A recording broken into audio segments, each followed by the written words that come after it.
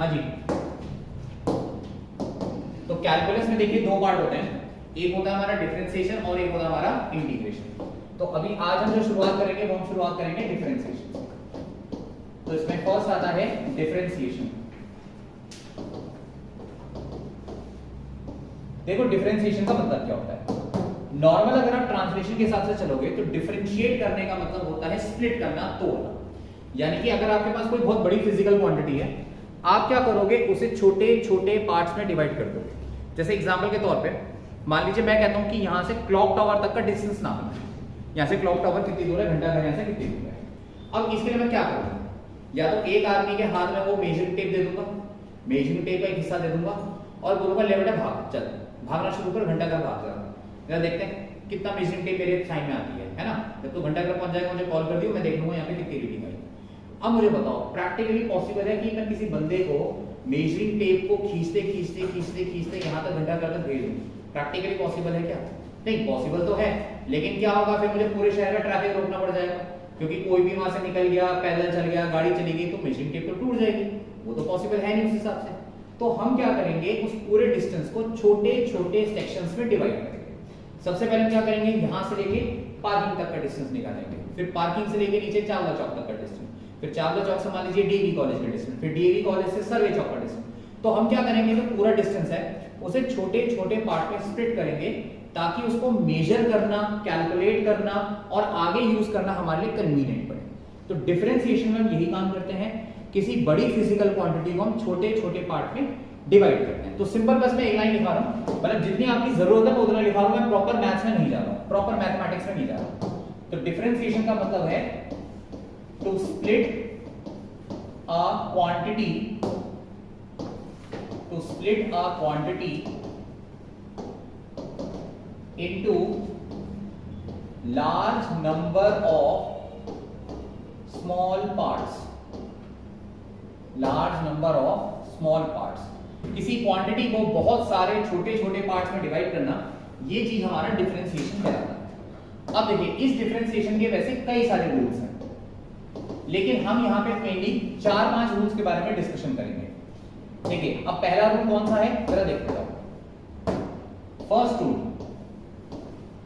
d by dx of constant। d by dx मतलब ये d by dx जो है वो डिफरेंशिएशन को दिखाता है। मतलब d का मतलब हम डिफरेंशिएट कर रहे हैं और नीचे x है तो x के रिस्पेक्ट में कर रहे हैं, ठीक है जी। तो सबसे पहले d by dx of constant, constant का डिफरेंशिएशन कितना होता है, कांस्टेंट का डिफरेंशिएशन होता है हमेशा 0।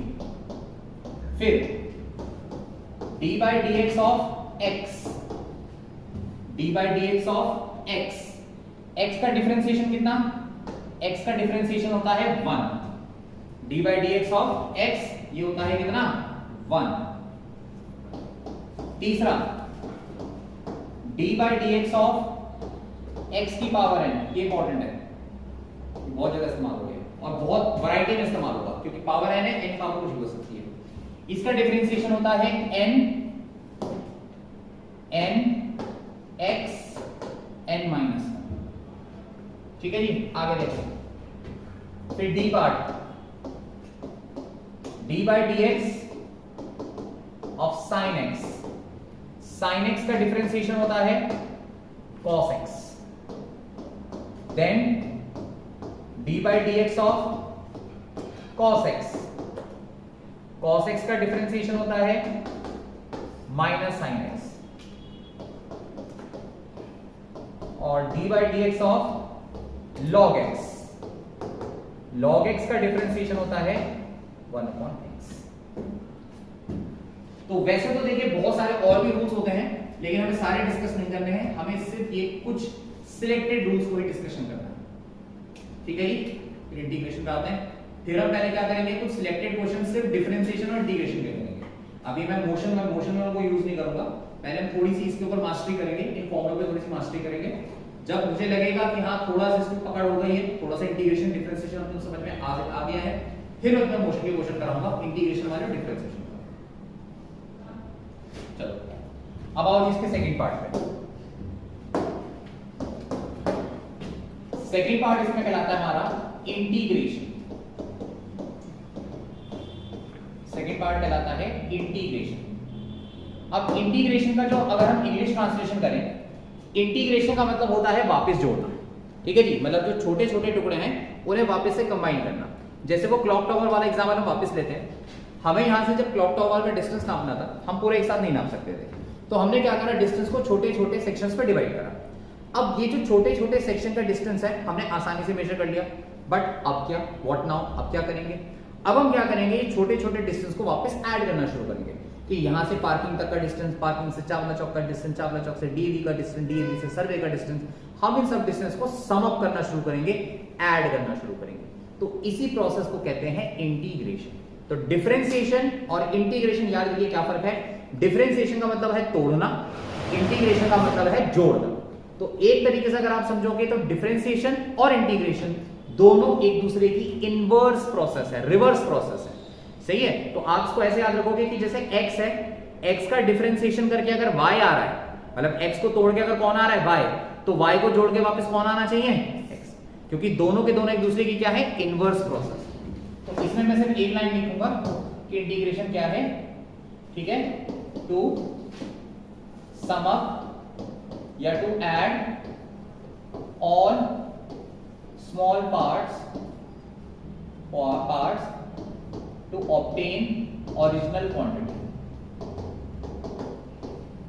ओरिजिनल क्वांटिटी को ऑब्टेन करना, सारे पार्ट्स को सम अप करके, सारे पार्ट्स को ऐड करके, ये हमारा इंटीग्रेशन कहलाता है। और फिलहाल इसमें आप एक चीज याद रखेंगे कि जो इंटीग्रेशन है और जो डिफरेंशिएशन है, and differentiation both are inverse two each other, एक दूसरे के इनवर्स होंगे। इसका मतलब ये है, जैसे एग्जांपल मैं आपको देता हूं, मान लीजिए हमारे पास कोई फंक्शन है fx, इसका हमने क्या करा, डिफरेंशिएशन करा, fx का डिफरेंशिएशन करके मान लो हमें कोई फंक्शन मिल गया, gx मिल गया, ठीक है। अभी मैं एग्जांपल के साथ आपको समझाऊंगा ये कैसे होगा। तो f का डिफरेंशिएशन करके मान लो क्या मिल गया, g मिल गया। तो g का इंटीग्रेशन करने पे वापस हमको क्या मिलेगा, f मिलेगा। आप इसको ऐसे याद रखोगे कि डिफरेंशिएशन और इंटीग्रेशन दोनों एक दूसरे के उल्टी प्रोसेस है। यानी किसी नंबर का डिफरेंशिएशन करने पे अगर आपको g मिलता है, तो g का इंटीग्रेशन करने पे आपको वापस वही पुराना वाला नंबर मिल जाता है। अब इसके रूल्स पे आते हैं और रूल से हम समझते हैं कि आखिर ये प्रोसेस उल्टी कैसे होती है। तो चलिए, सबसे पहला रूल ध्यान से देखिए, इंटीग्रेशन, ये इंटीग्रेशन का साइन है, इंटीग्रेशन ऑफ जीरो, जीरो का इंटीग्रेशन होता है कांस्टेंट। अब याद करिएगा, रिलेट करिएगा, अभी जस्ट थोड़ी देर पहले मैंने तुम्हें कांस्टेंट का डिफरेंशिएशन क्या बताया था, कांस्टेंट का डिफरेंशिएशन करके क्या आया था, जीरो, तो जीरो का इंटीग्रेशन करके वापस क्या आ जाएगा, कांस्टेंट। ये मैं तुम्हें कहना चाह रहा हूं कि ये दोनों किस लिए उल्टी प्रोसेस है, कि अगर कांस्टेंट का डिफरेंशिएशन करके जीरो आ रहा है, तो जीरो का इंटीग्रेशन करके वापस कौन आएगा, कांस्टेंट आएगा, ठीक है जी। सेम चीज अब आपको सब में फॉलो करनी है। देखो कैसे, बी पार्ट है इंटीग्रेशन ऑफ dx, सिर्फ जो dx का इंटीग्रेशन होता है, सिर्फ dx का इंटीग्रेशन होता है x, जीरो का इंटीग्रेशन क्या, कांस्टेंट, और dx का इंटीग्रेशन क्या, x। आगे देखो, इंटीग्रेशन ऑफ x की पावर n dx, इंपॉर्टेंट है,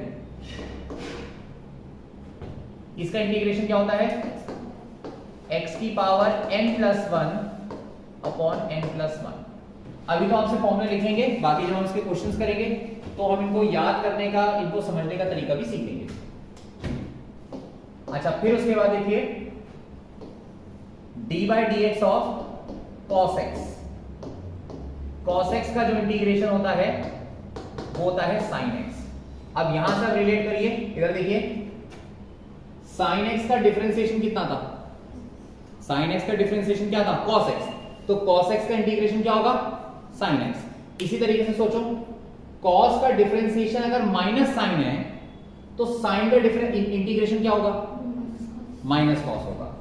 तो अगला यही है हमारे पास, नेक्स्ट यही है कि अगर sin का इंटीग्रेशन करेंगे तो ये माइनस cos के बराबर, चलिए लास्ट है हमारा integration of 1 upon x.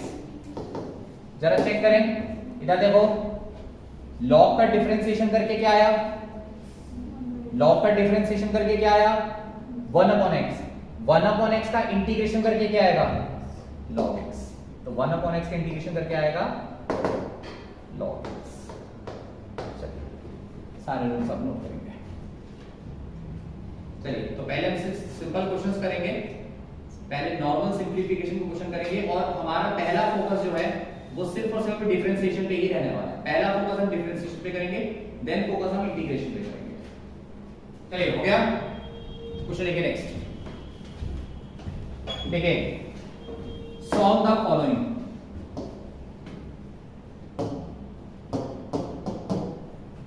Solve the following.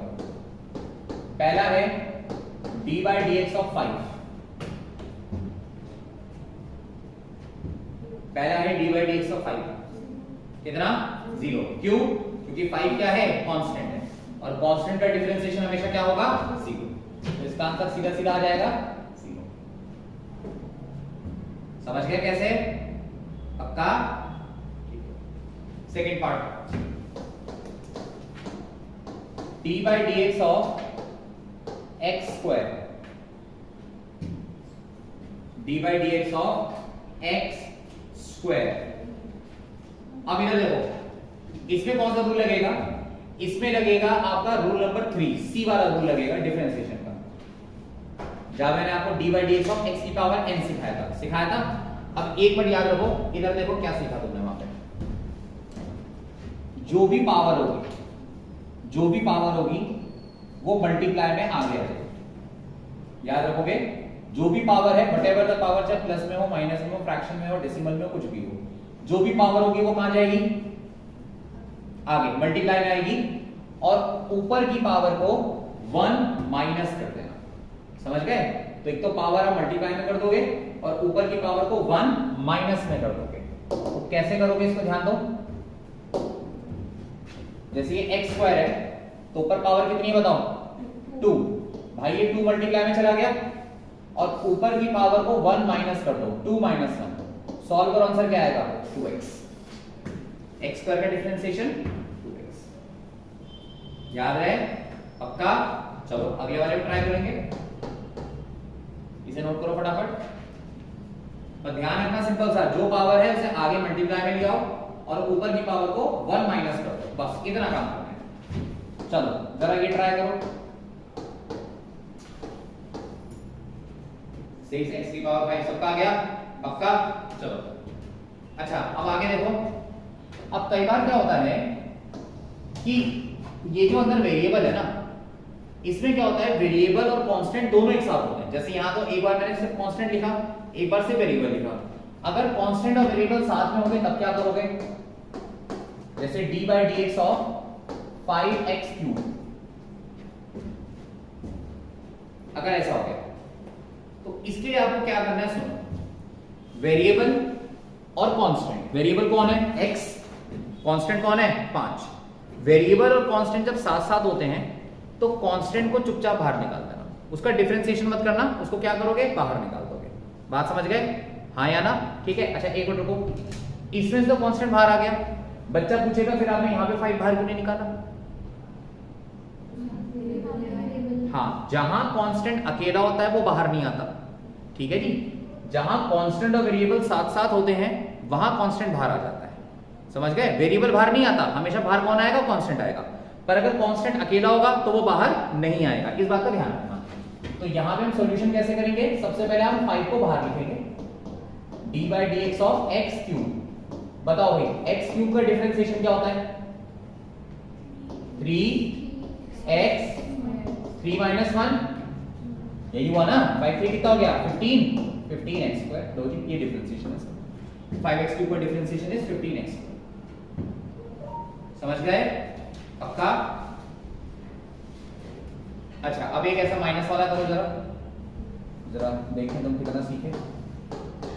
d by dx of 1 upon x की पावर 4।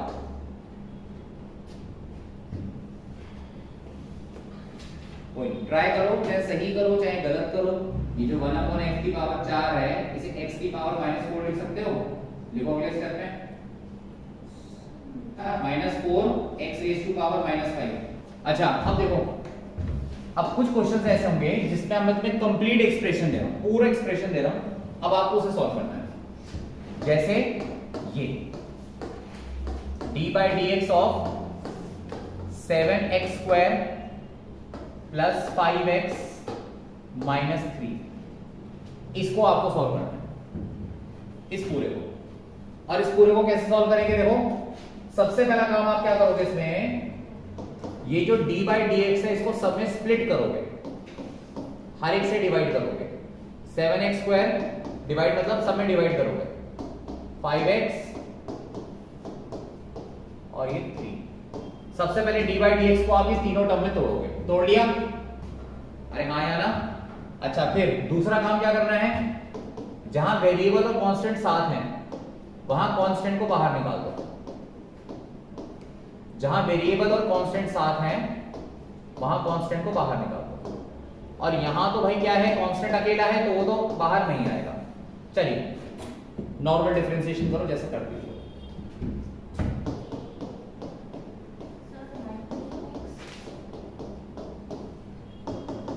14x प्लस 5 19x क्यों, वो dx/dx तो 1 हो गया, इसका आंसर है 14x प्लस 5, इसका आंसर है। चलिए लास्ट एक्सप्रेशन है d/dx of 3x³ minus 4x² plus 6x plus 2। चलो लास्ट एक्सप्रेशन है डिफरेंशिएशन का, इसको सॉल्व करो, इसके बाद इंटीग्रेशन पे पढ़ेंगे। Solve the following. अब देखो क्या है, इंटीग्रेशन में भी सारे वही टैक्टिक्स लगते हैं जो डिफरेंशिएशन में लगते हैं। मतलब अगेन कोई कांस्टेंट बाहर आता है और अगर मान लीजिए पूरा लंबा टर्म होता है तो इंटीग्रेशन सबके साथ तोड़ना पड़ता है। तो मैं शुरुआत में थोड़ा सा शुरुआत में बस एक छोटा सा करा रहा हूं, बाकी इसके बाद मैं सारे बड़े लेवल पे कराऊंगा। बस एक शुरुआत वाला थोड़ा सा मेरा वो होगा, इंटीग्रेशन ऑफ x की पावर 3 dx। बस ये शुरुआत वाला थोड़ा सा मैं आसान वाला रखूंगा। सॉल्व कर लिया बेटा, वो पक्का अगले चेक करूंगा भी आपको। हाँ जी, अब इसका इंटीग्रेशन कैसे करना है सुनो। तो इंटीग्रेशन के लिए देखो आपने x की पावर n का रूल पढ़ा था और वो कुछ ऐसा था, इंटीग्रेशन में क्या करते हो कि जो भी पावर है उसे बढ़ा दोगे, 1 इंक्रीज कर दोगे और जो पावर ऊपर लिखी है वो नीचे डिवाइड में भी आएगी। समझ गए? इंटीग्रेशन में ये काम करना है। डिफरेंशिएशन में क्या करते थे, आगे मल्टीप्लाई और पावर माइनस। इसमें क्या करोगे, ऊपर पावर पहले 1 प्लस करोगे, ध्यान रखना पहले पावर 1 प्लस करोगे, फिर जो नई पावर है वो डिवाइड में आएगी। कहने का मतलब इधर देखो, जैसे यहां देखो, यहां पावर कितनी है 3, तो ऊपर पावर को 1 बढ़ा दो 3 प्लस 1 और जो भी ऊपर पावर है वो नीचे आ जाएगी 3 प्लस 1। सॉल्व करोगे कितना, x की पावर 4/4 ये आएगा। ठीक है जी, चलो जी अब एक फुल फ्लेक्स क्वेश्चन है, x² plus x into dx, इसका इंटीग्रेशन। x² का इंटीग्रेशन अलग करना, x का इंटीग्रेशन अलग करना, दोनों को ऐड कर दो। चलो ट्राई करो, ज्यादा क्या होगा, गलत ही तो आएगा, कोई बात नहीं, गलत आएगा आने देना। इनसे न्यू एक बार देख लेना। सबसे पहले हमने क्या करा, x² के साथ मल्टीप्लाई करा, x के साथ मल्टीप्लाई करा। अब इसका इंटीग्रेशन करेंगे 2 प्लस 1, नीचे भी आएगा 2 प्लस 1। यहाँ x की पावर 1 है, 1 प्लस 1, नीचे भी 1 प्लस 1, तो x³ 3 प्लस x²/2। ऐसे ही छोड़ दो, कोई बात नहीं, सॉल्व करो पहले। चलिए जी, बस एक लास्ट और है डिफरेंशिएशन और इंटीग्रेशन का।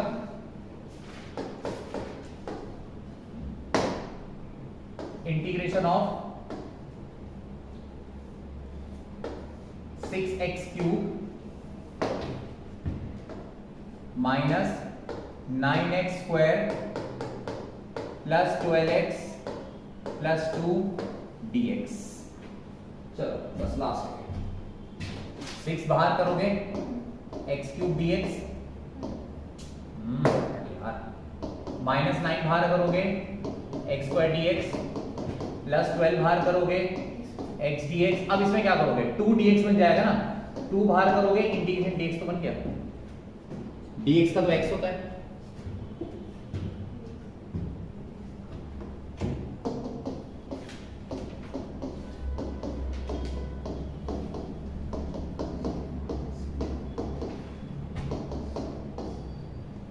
ये 4 से जाएगा तो कितना बनेगा, ये 3x की पावर 4/2 बन गया, ये माइनस 3x क्यूब बन गया, ये 6x स्क्वायर हो गया और वो 2x ऐसे ही रहेगा। ये आपका फाइनल आंसर।